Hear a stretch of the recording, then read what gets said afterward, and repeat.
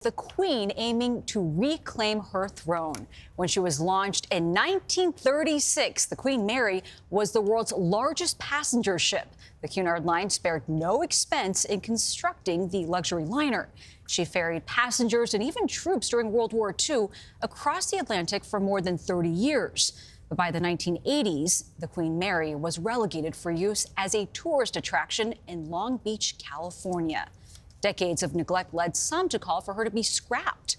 But now, thanks to a local effort and millions of dollars in upgrades, the Queen Mary is once again welcoming guests. Tom Waite has the story.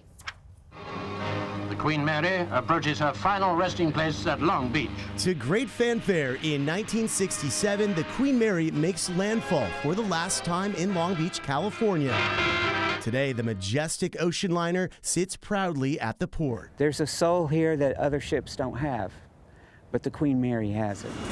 Commodore Everett Horde has been looking after the Queen for 43 years. If the ship has a soul, he is the heart. She's the closest thing to a living being that I have ever commanded. The Queen Mary is a floating museum. A farewell party for the 1,200 passengers. Once the playground for the rich and famous, transporting Hollywood royalty and actual royals, Winston Churchill also took trips aboard the ship, guided from this very bridge. This is the automatic pilot right here. But the Queen Mary's reign almost came to an end. After decades in port, the mighty ship fell into disrepair and was in danger of sinking. The Queen Mary is a lucky ship.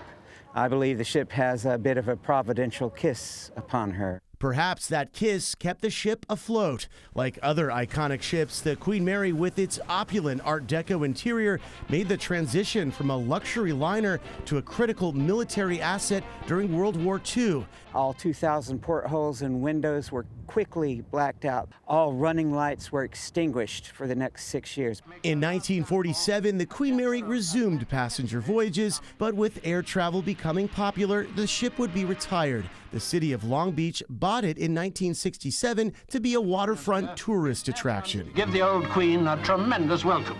But decades later, the pandemic shut down the Queen Mary, and in 2021, the city of Long Beach took control again to save it. And we evaluated the options to scrap the Queen Mary and the cost to fully restore it and the cost to protect it.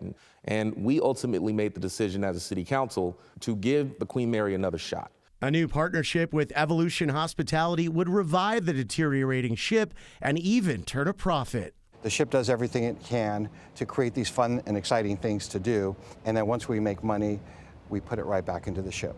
The liner's grandeur is attracting new generations of fans. I want the Queen Mary's legacy to be one of beauty, splendor, heroism. So now it's up to the Queen's visitors to keep the legacy alive. As long as they keep coming, the Queen Mary will endure. For CBS Saturday Morning, Tom Waite, Long Beach, California. Majestic is such a great way of describing that, and it's absolutely gorgeous to see the kind of renovations they've put into it. But I have to say that the Commodore is just such a sweet man. I love the way he approaches it. Did like his hat. We'll get you one of those. Right. I just thought it'd be cool to be on there and sort of feel Titanic-y old school. Yeah. No sinking, but Titanic-y old school, Yeah. kind of thing.